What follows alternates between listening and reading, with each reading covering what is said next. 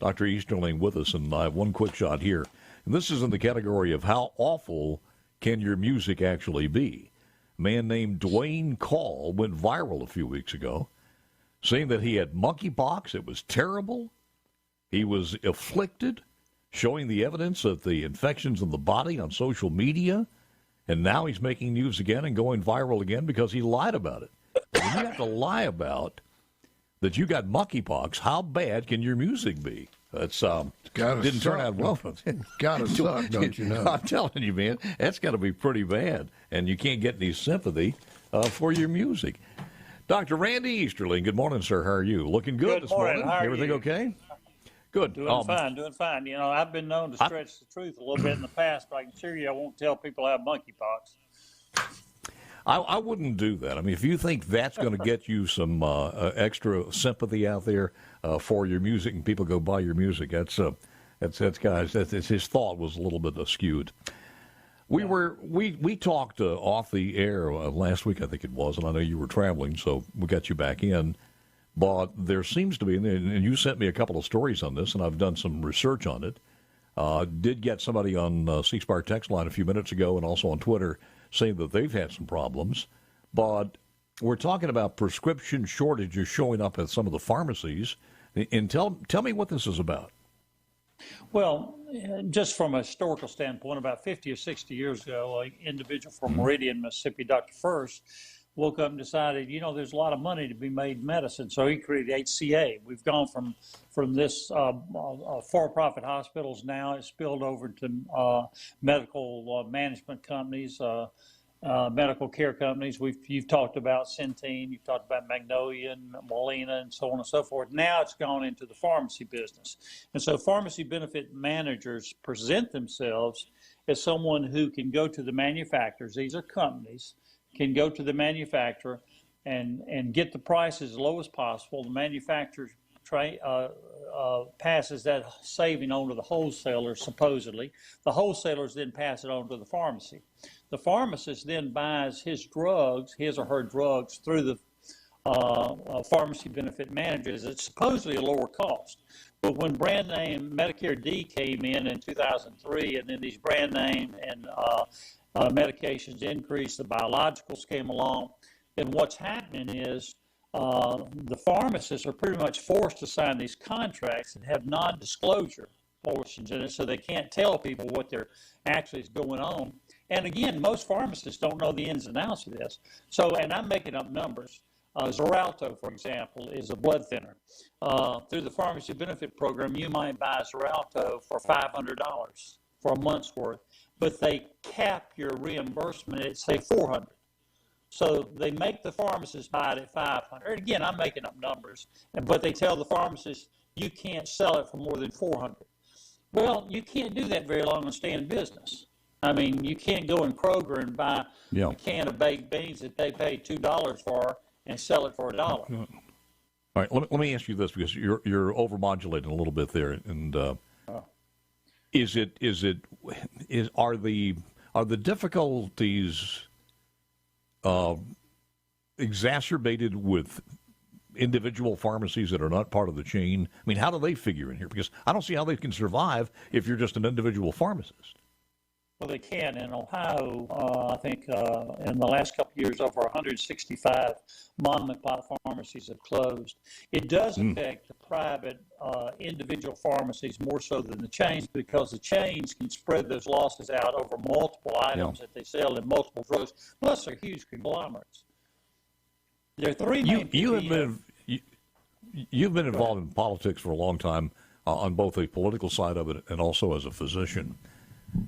Is this something the legislature could change if they wanted to change? Do we have a system that is archaic here that other states have changed? Is it built into a law that we can't do anything about? What is, now that you're on the sunset of and have all this experience, what's your suggestion? What do we do as far as these benefit managers to bring in more competition to stop this?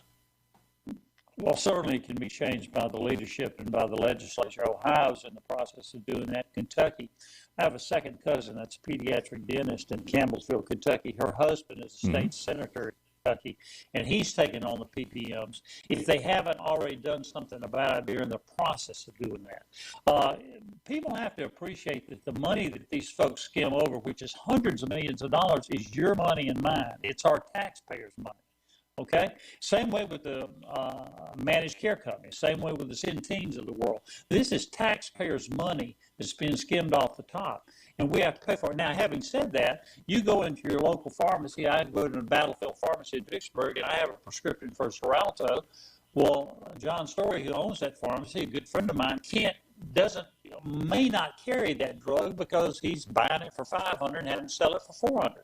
You can't stay in business doing that.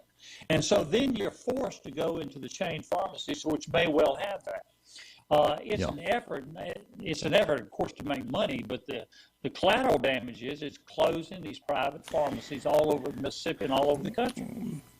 Well, Dr. Easterling, hasn't this been made worse by some of the managed care? The Centenes have set up their own PPM, and under a different name. How does that work?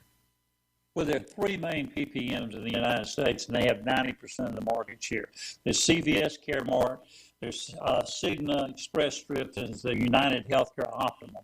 Now, what companies they own, these are huge conglomerates. And so, I don't know how you drill down and find out all that. This is a very complicated scheme that most pharmacists don't understand, most physicians don't understand. But when you force people out of the mom and pop pharmacies, where you get excellent care, into these chain pharmacies, where the pharmacist today may be from Monroe, Louisiana, and Brandon, and the next day the pharmacist may be from Arkansas that just drove over and is going to work a couple of shifts. They're not somebody you know, somebody you go to church with, you're in Rotary with. I don't understand where, and I know politics is in here, but by the time you put in the Krogers, the Walmarts, the CVSs, the Walgreens, seems to me there would be enough political power there to get things changed if they wanted to collectively. Well, the Krogers and the CVSs and the Walmarts aren't as threatened as are the private pharmacies. The private pharmacies are individuals like you and I who own a business. They employ, I think Battlefield employs 13 to 15 people. These are people that make a living there in that pharmacy.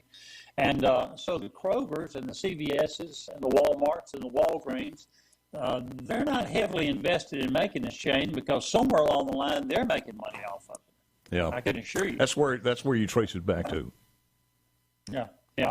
And at the end of the day, access to health care and quality health care is impeded by this process. So how does this manifest itself in what we were talking about earlier, a shortage at the stores, at the pharmacist? Well, again, you're by contract, and the contract is not visible. It's not something that they have non-disclosure segments in there, and they can cut you off if you disclose what's going on. When you buy a drug for X amount and sell it for half X, you can't do that over a long period of time. So you have to eliminate those drugs from your inventory. I was made aware of, I can imagine. I was made aware that Mark Cuban has set up something on mail order as far as you could mail, as far as medicine is concerned. Do you know anything about that? Well, I mean, I know what the mail orders are, but PBMs own most of the mail order companies. Now, Mark Cuban may have a separate company, but these are all real companies. They're legal and they're legitimate, but they're kind of like ghost companies. They're owned by these big corporations, and so the PBMs have you every direction you're going. And the only answer to it is on an individual state basis. If you outlaw some of this, and it's something that Chad White ought to be looking into, is drilling down and seeing how much taxpayers' dollars are being wasted. They provide virtually no service whatsoever at a huge cost. Sounds a little bit like Centene, doesn't it? Maybe one and the same. So, always good to talk to you, sir. Appreciate it. You got your fishing reel rigged up. What are we fishing for? Bass this morning? Brim, but I have my fishing chair close to the bank, and the water rose so much my chair ended up in the middle of the lake, so I had to get it out yesterday. So I'm going to get cranked up. Item 3, page 4, lawn chair, flood insurance. Check it out. Thank you, sir. Appreciate it very much. I'll talk to Randy Easterling. Yeah.